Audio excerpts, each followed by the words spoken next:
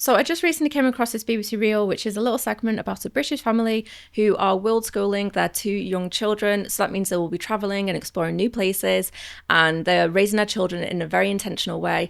And that does mean they will be basically home educating their children. Now, home education is one umbrella term of how you can educate a child outside of school. So although most comments on this reel were super supportive and in admiration of the family, there were some comments that made me think just how deeply misinformed people truly are when it comes to alternative education. So I'm going to be discussing some of these negative comments and hopefully shed some light as to why these types of criticisms and quite ignorant comments aren't very valid, and also how they uphold the very system that home education is basically exposing. Oh, also a little bit of context of the actual video. So the parents sold their house, which, don't get me wrong, that would have given me so much anxiety, and they've really got the ovaries to even do that. I don't know how. I literally would be like, oh my gosh, this is like the biggest decision in the world to even do. And the dad, I'm pretty sure he's retrained to be able to work remotely for his job to earn money as they travel. And this is one of the biggest things with world schooling, is that parents tend to get a little bit more creative and more meaningful and purposeful and intentional in how they want to live their life and also provide for the family. So that's a little bit of context. So let me go to the first comment that I saw, because it just made me laugh, honestly. So this comment says, how's he going to work remote when he's 12 hours behind? But okay, good luck to them. This one just is like, this comment is basically asked in bad faith. It's not got good intentions, and you can tell because he's literally just decided and assumed the remote worker is 12 hours behind, and then he's gone, but okay, good luck to them. Because his actual question, if you just remove the sass at the end and just said, how's it going to work remote? You can ask that with valid intentions and good intentions, but it's the fact he's gone when he's 12 hours behind, but okay. And it's like, where's the attitude literally coming from? Like, what is going on here? And this is what I'm saying when it comes to home education and world schooling, is you can definitely ask questions. Being curious is how you can learn. But when you say it in a way that's like you're assuming something already, and then even just the bus okay, it's like, I don't know why I find it so funny. I think it's because it's the first comment I saw and I was like, I like to think most people, when they see this comment, would automatically think it's remote work for a reason. Like, that's the whole point. Remote work doesn't mean you have to work the 9 to 5 and you have to be at the same time as everybody else that you're working with. There are so many different jobs that you can work remotely and do it at different times. And it's so crazy to me that people just cannot think that 1% more and kind of put the pieces together. On top of that, I think the funniest thing about this is remote work's always existed, right? It's become a lot more common and a lot more understood, except for this person. It's become a little bit more understood and accepted. But working remotely has always existed because a lot of companies have offices in different countries. Clearly, this family has worked out something and discovered something that works and serves them and accommodates their life choices. And then you've got this person who just cannot figure it out and just can't just... I just love it because it's so ironic, because I'm like, the family's clearly found a way. That means there's options out there. That means you just have to think and look a bit more creatively than just being fed how to live a life. In the big year 2025, how do you not know that working remotely does not mean you have to be in the same time zone as somebody else that you're working with? How do you come to this conclusion? Anyway, let's move on to the next comment, because it sets the tone of how ignorant people really are when it comes to alternative living and alternative education. I don't agree with this approach at all. Kids need a stable home and they need to be able to make friends and have those friends around over a period of time. I'm sorry, but homeschooling is not going to prepare kids for what is needed academically compared to trained teachers who do that for a living. I think this is nice for the parents rather than needed for the kids. This is just drenched in pure classic ignorance about home education, and just ironically the lack of education in understanding the various ways of home education, and just even the core foundation of family dynamics, family connection, and child development as well. So I'm going to start with the very first line. I don't agree with this approach at all. That's absolutely valid. She absolutely can disagree with the approach. It just makes a lot of sense. You don't have to do it. The thing is, you do not have to do it.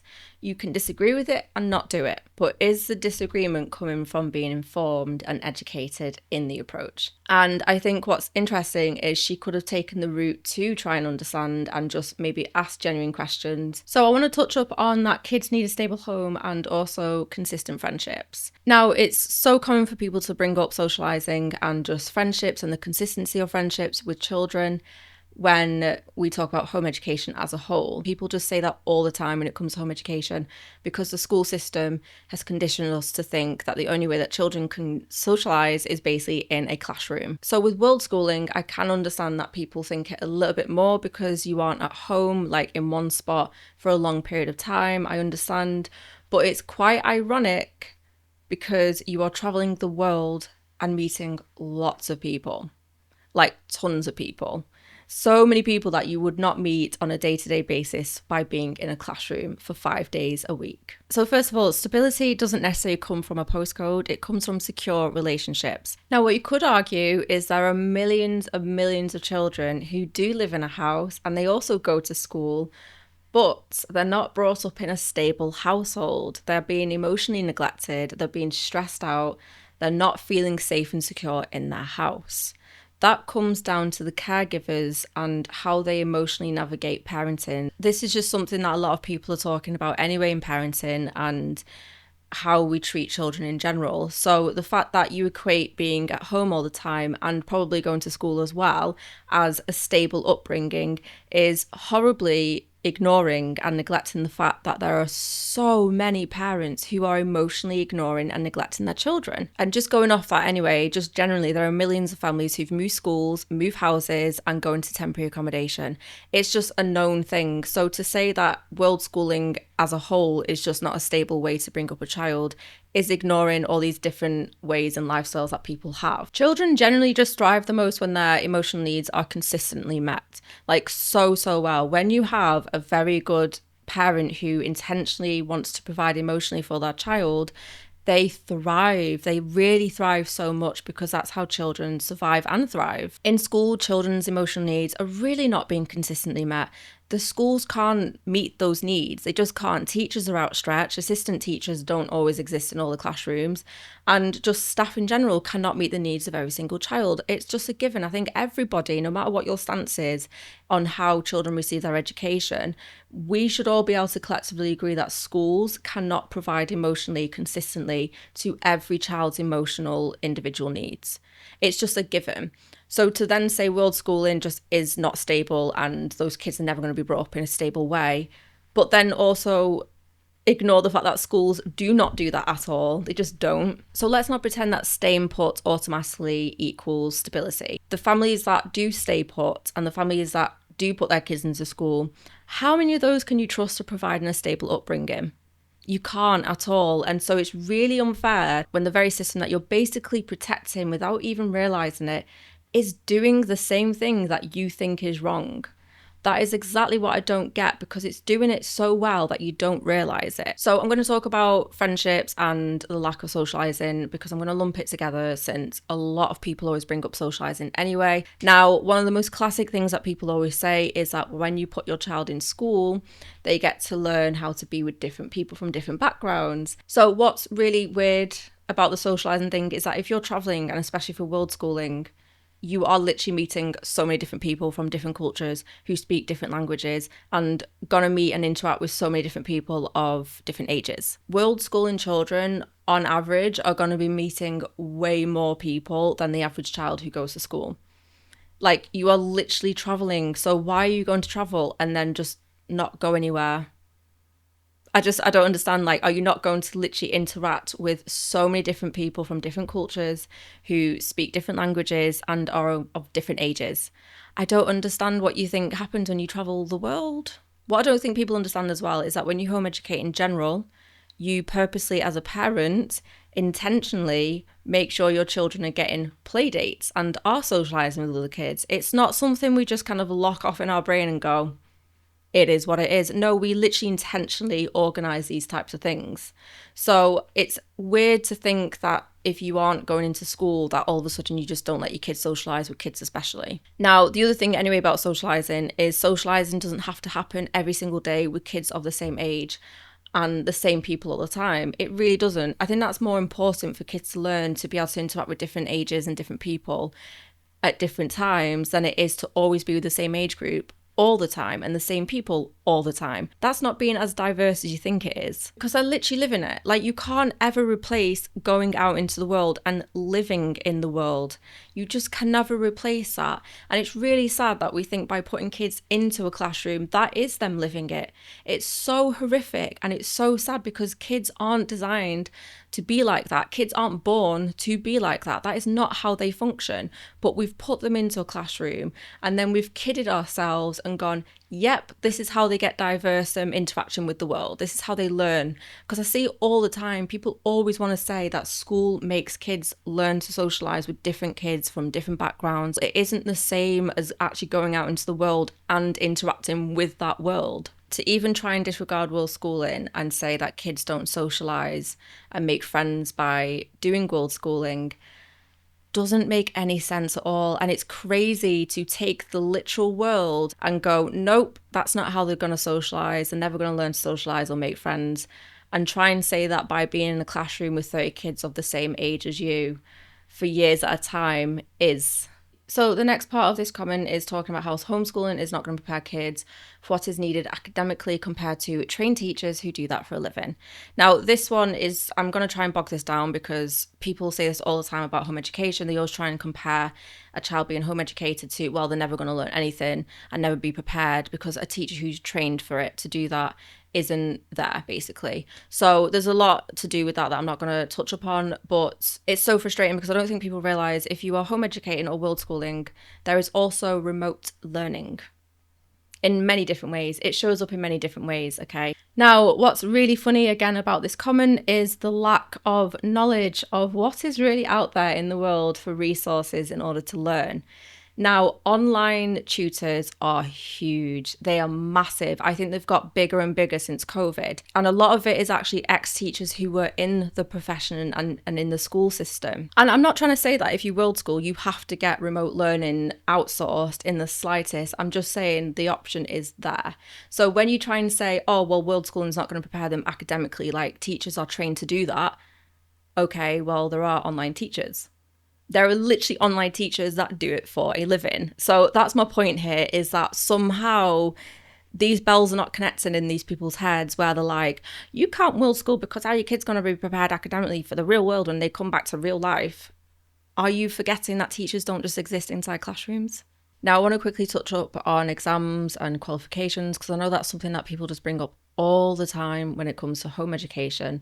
So I can imagine with world schooling, people really think there's no way that kids could potentially get qualifications of any sort if they are traveling the world. Now, there's a few different things about this that I just, again, don't get why people don't think this through. This family in particular who are featured in this BBC Reel, their kids are really young. They've got a decade to really think this through and what they might want to do and be intentional about it as well. Now, the other side to it is some families will world school later on in the kids' lives when they are a bit older and at an age where you might think they get GCSEs or something.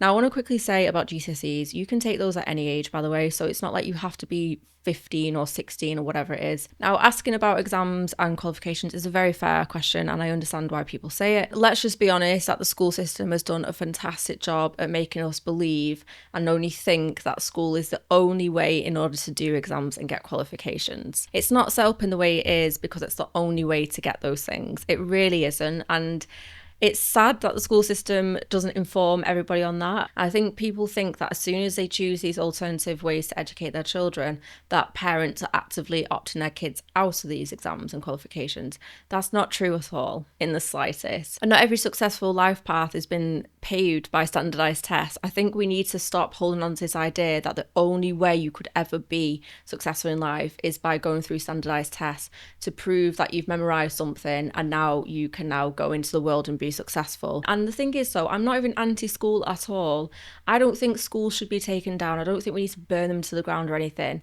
But it's really sad and alarming that we are all actively just okay and normalizing this disconnection in families and family dynamics and removing people from a good life. News must be slow. A family go backpacking with their 2 kids and coin it as an educational trip.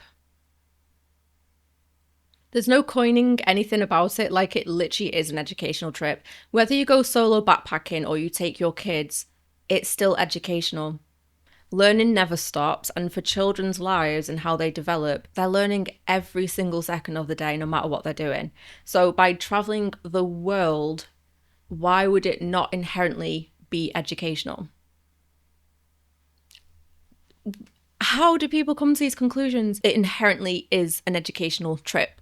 Anyway, so someone replied to that saying, yup, just have a bloody gap year like normal people. Surprise, surprise, they are content creators. Just have a bloody gap year like normal people.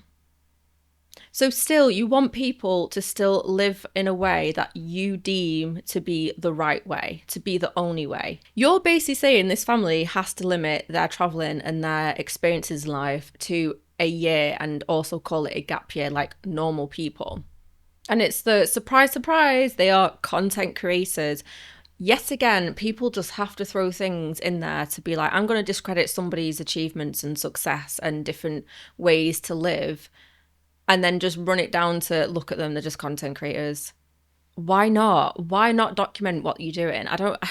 What's really ironic anyway is that them choosing to be content creators to share their experience as world schoolers is ironically exactly what education is there for. It's to share experiences. And on top of that, you can earn money by being a content creator. So would that not make sense as well if you are world schooling, to get extra passive income? If not, maybe it becomes your main income. I feel like most people want to travel. I feel like most people want to get out of this 9 to 5. Most people want to spend more time with their families and have experiences that they'll never really usually get. And yet when someone's doing it, it's all of a sudden just literally discredited to being like, oh, it's coined as an educational trip. Why can't I just do a gap year like normal people? Oh, and of course, they're content creators. Is that not just reeking of jealousy at this point? Surely it's just reeking of jealousy. It has to be. And I think it's important to note that most of these concerns, criticisms, or negative comments are stemming from something deeper. And it's the fact that the school system and school is all we've ever known. And then we grow up and then we can't imagine life outside of it. And it's also the fact that people can't understand that when we've got home education, for instance, it is genuinely exposing the bad side of school and the things that school systems are lacking in like crazy. It's exposing the system to the point where people are still trying to protect it, which is exactly what conditioning does. And that is not a coincidence. I don't think people realize that most home educators especially aren't anti-school. Like, we're not here to be like, down with the school system, we hate it. It's more like, we are here to show that there are different ways to approach a child's education, because there's so many areas that are getting neglected and different families have different lifestyles and dynamics that the school system cannot accommodate it all. Like, we all know it can't, and that shouldn't even be a thing. That's the point. It shouldn't be to the point where the school system can't actually accommodate everybody. It's insane to even say that, because it shouldn't be like that. If it's such a good system, why is there so much like nuisance with it? And I think what it is when people see children learning outside of the school system and they're not being over-tested or overworked or overscheduled, it challenges something in them. And I think it's like their inner child being challenged more than anything. And instead of asking questions, they defend what's familiar. And it's really crazy to me, because we're living in a society where spending time with your family has become a luxury and a privilege. And I think that says more about the state of the world than it does about the families who choose to opt out. And I just think when you see families choosing to spend more time together and opt out of the norm of society and maybe travel more or obviously learn together, and your first instinct is to criticize it, maybe ask yourself why. Because it's maybe grief you need to unpack, maybe it's envy. There is something going on deep down where it's showing a mirror up and you do not like it. And at the end of the day, world schooling is just another version of home education. And I think what people need to address is that they don't have an issue probably with the lifestyle. It's more of an issue with the idea that there are families out there that are learning and having lots of family time together outside of the mainstream. because this is why it's so important that there are families who are world schooling and home educating, because it's showing people there are other ways you can have a family life, get an education and still work and have such an abundance with different life experiences. It is basically almost like saying as well that, like, when people home educate or world school, that, you know, you shouldn't spend that much time with your family, and it's wrong, and the only way you can have a successful life is by living disconnected. Because that's the other thing, like, are you basically saying these families shouldn't spend as much time together? If you found a way to be able to spend time together and learn and have fun together and make family time, what is the other option? What's the alternative, that they shouldn't spend all that time together? I just don't understand people's logic in this, because it's like these families are spending so much time together, and that is the one thing the school system literally cannot give you. So yeah, I find it really interesting when people world school or just travel and do road trips and then also home educate at the same time. There's plenty of different ways people are doing this, and the good thing is when you are home educating completely, you do have the freedom to just get up and go for a trip somewhere. And I think it's so relieving when you see families actually taking the chance and opportunity to basically world school and just travel with their families. It's absolutely amazing to just be able to do that and just really go for a once in a lifetime experience. The school system cannot replace that. It just can't.